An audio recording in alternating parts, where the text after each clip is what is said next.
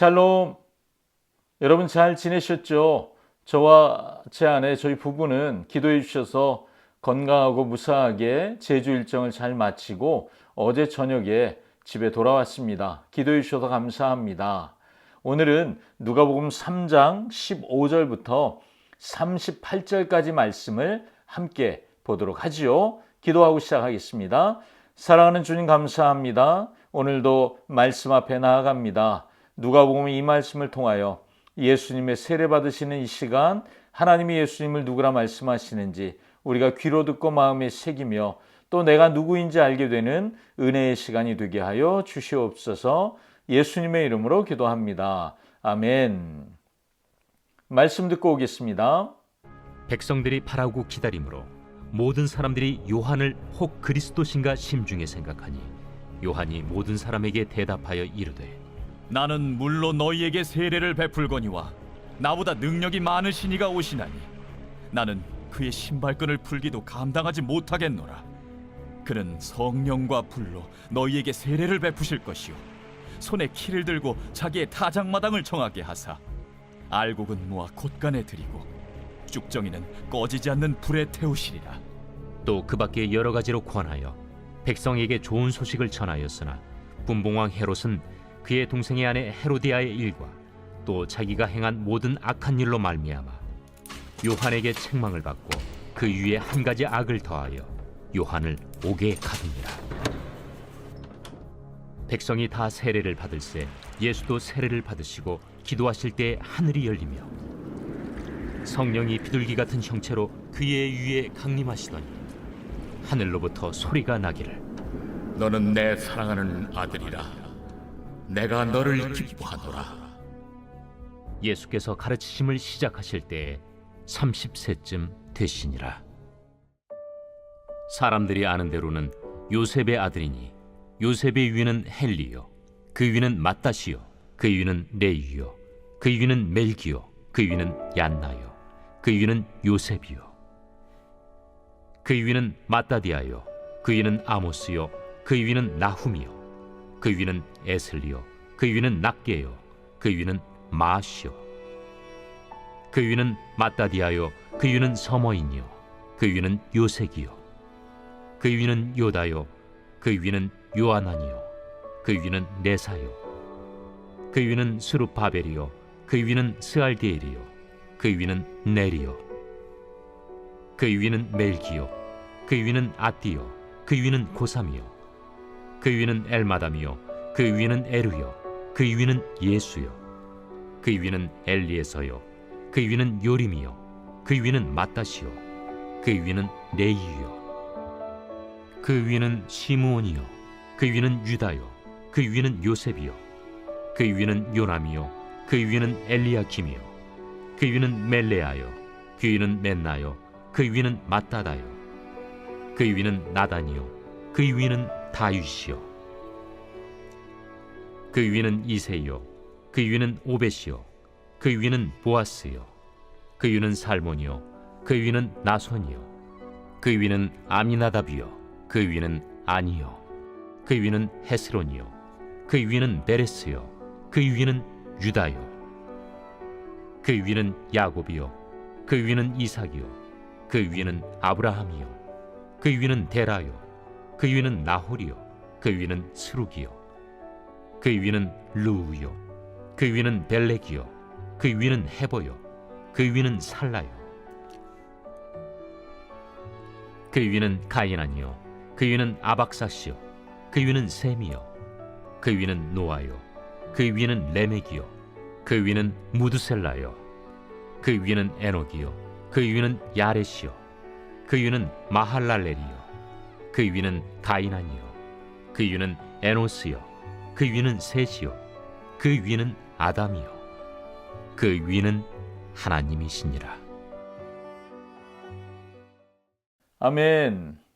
자, 오늘 말씀에 낯선 이름들도 또 익숙한 이름도 나오긴 하죠. 예수님의 족보가 등장합니다. 그 이야기가 주가 아니라 오늘은 요한을 향해 사람들이, 이 요한은 세례 요한이잖아요, 찾아오고 사람들이 질문을 하기 시작해요. 그것이 15절부터 18절까지 이야기입니다. 당신이 그리스도가 맞습니까? 이게 사람들이 던지는 질문이에요. 그런데 요한이 명확하게 말하지요. 아니다. 나보다 능력 많으신 이가 오실 것이다. 난 아니다. 라고 분명히 말합니다. 그리고 고백하기를 그분은 성령과 불로 세례를 베풀 것이고 심판에 주로 오실 것이다. 이렇게 표현하죠. 요한이 헤롯 왕과 또 헤롯 왕이 행한 모든 악한 일들을 책망하는 것을 서슴지 않아서 감옥에 갇혔다. 이 얘기가 19절, 20절에 있고요. 예수님도 요한에게 나와 세례를 받으셨다 하는 이야기가 21절부터 23절 전반절에 있습니다. 예수님이 세례를 받고 기도하실 때 성령이 비둘기같이 임하죠. 그리고 그 위에 소리가 하늘로부터 임했습니다. 너는 내 사랑하는 아들이라 내가 너를 기뻐한다. 이것이 하늘로부터 들려온 메시지였죠. 이어서 등장하는 것이 예수님의 족보예요. 아담에까지 거꾸로 거슬러 올라가는 예수님의 족보 이야기가 23절 하반절부터 38절까지 계속됩니다. 한 가지 우리가 주목하고 싶은 것은 23절 하반절이 족보를 이렇게 시작해요. 사람들이 아는 대로는 요셉의 아들이요. 자, 사람들은 예수님을 누구라고 생각했다는 거예요? 요셉의 아들로 생각했다는 거죠. 그런데 이 족보가 정말 말하고 싶은 건 뭐예요? 예수님은 하나님의 아들이셨다는 거예요. 하나님께로부터 왔다는 거죠. 예수님이 사역을 30세에 시작하거든요. 이 30세라는 나이는 이스라엘에서는 제사장들이 사역을 시작하는 나이예요. 예수님이 이 땅에 오셔서 공적인 생애를 시작하신다는 거죠. 제사장들이 사역을 시작하듯 예수님은 진짜 사역을 시작하신다 하는 말씀입니다. 여러분, 좀 전에도 말씀드렸지만 오늘 본문의 주제를 한 단어로 말하자면 정체성, 내가 누구인가 정체성에 대한 이야기예요. 요한, 이 세례 요한에게는 자기의 정체성이 있어요. 자기는 누구냐 하면 주의 길을 예비하는 자, 그 이상이 아니라는 거예요. 나보다 능력 많은 이가 오실 것이다. 이 말씀이 뭐예요? 나는 그런 사람 아니라는 거죠. 예수님이 세례를 받고 그리고 하늘에서부터 소리가 들렸잖아요. 그 음성은 뭘 말해주는 거예요? 예수님의 정체성을 말해주는 거예요. 예수님은 하나님의 아들, 하나님이 기뻐하시는 분입니다. 그리고 그 이어지는 족보도 뭘 말해주고 있다고요? 예수님이 요셉의 아들, 사람의 아들, 완전한 사람의 아들로 알려져 있지만 그러나 예수님은 동시에 하나님의 아들이시다. 그러니까 이것도 뭐예요? 정체성에 대한 이야기예요. 오늘 정체성과 관련해서 우리가 던져야 할 질문이 있어요. 그 질문은 뭐냐 하면 분명한 정체성이 우리가 우리의 사역, 우리의 방향을 결정한다면, 내 인생의 방향, 내 인생의 목적을 결정한다면 나에게는 분명한 정체성이 있는가? 이게 우리가 오늘 던져야 할 질문인 거예요. 나는 정체성이 확실한 사람인가? 뭐 이런 질문이 될 수도 있을 거예요. 나는 하나님의 자녀라는 신분의 정체성이 확실한가? 여러분, 우린 누구예요? 하나님의 자녀. 이게 확실하십니까? 또 하나, 예수 그리스도의 제자라고 하는 사역의 정체성. 나는 제자로 이 땅을 살아가고 있는가? 나에겐 이 정체성이 분명히 있는가? 이 질문이 우리에게 던져져야 한다는 거예요. 내가 하나님의 자녀이기 때문에 내가 할 일이 뭐예요? 자녀의 삶을 사는 것이죠. 하나님을 아버지라고 인식하고 아버지를 닮은 아들, 딸로서 세상을 살아가는 것, 이게 정체성을 아는 거예요. 이 정체성이 확실하다면 우린 이런 생각도 해볼 수 있습니다. 자, 내가 하나님이에요? 하나님의 자녀예요? 하나님의 자녀잖아요. 하나님이 아니에요? 그렇다면 나는 하나님이 아니기 때문에 하나님의 역할을 할 필요가 없지요. 내가 모든 문제를 내 힘으로 해결할 필요가 없어요. 하나님이 모든 문제를 해결하시도록 그분께 맡겨드리면 되는 거죠. 내가 예수 그리스도라고 하는 이 사역의 정체성이라고 그랬잖아요. 내가 이 정체성이 확실하면 내가 할 일이 뭔 줄 아세요? 다른 제자를 또 세우는 거예요.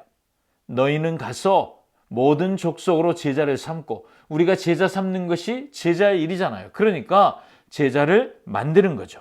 제자를 만들기 위해서 예수님이 어떤 분인지 정확히 내가 먼저 알아야 되죠.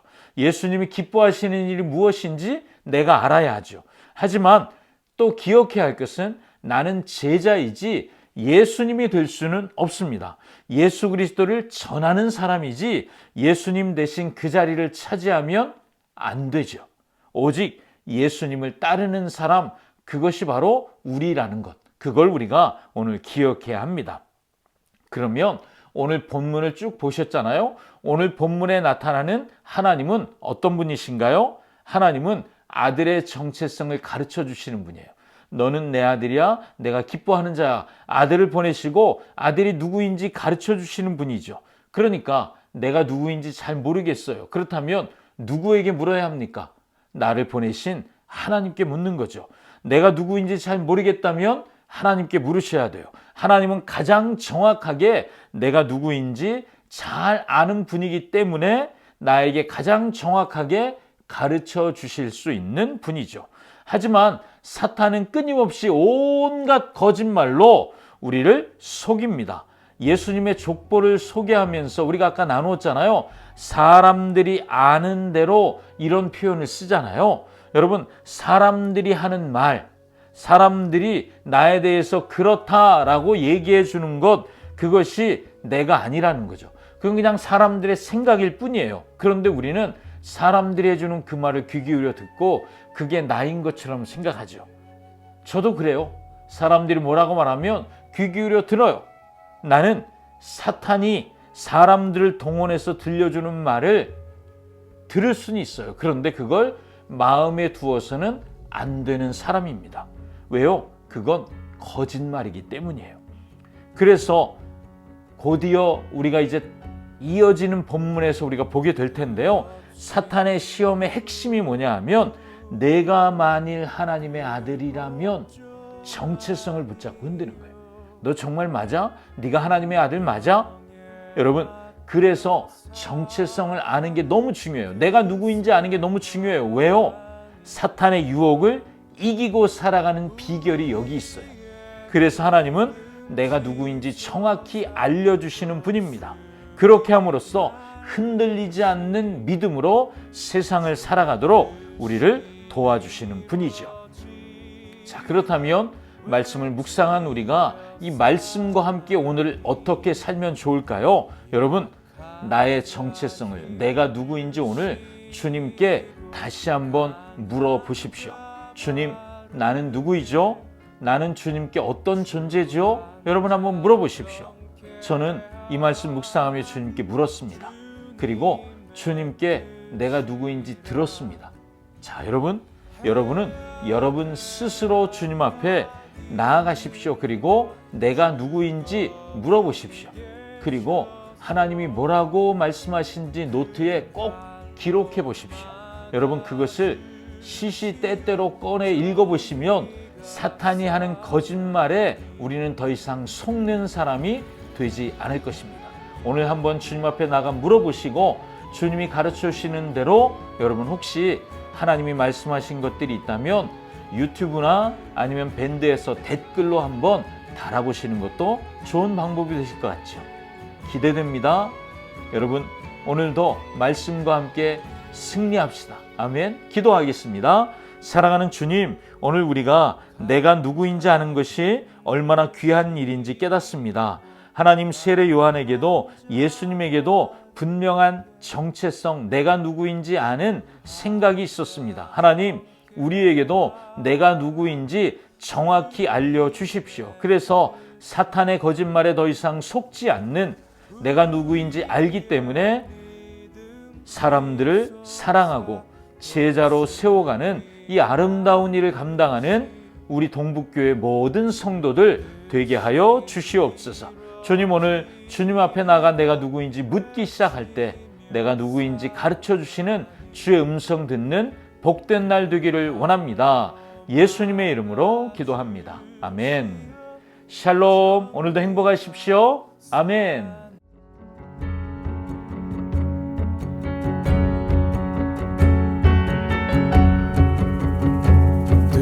뜻없이 무릎 꿇는 그 복종한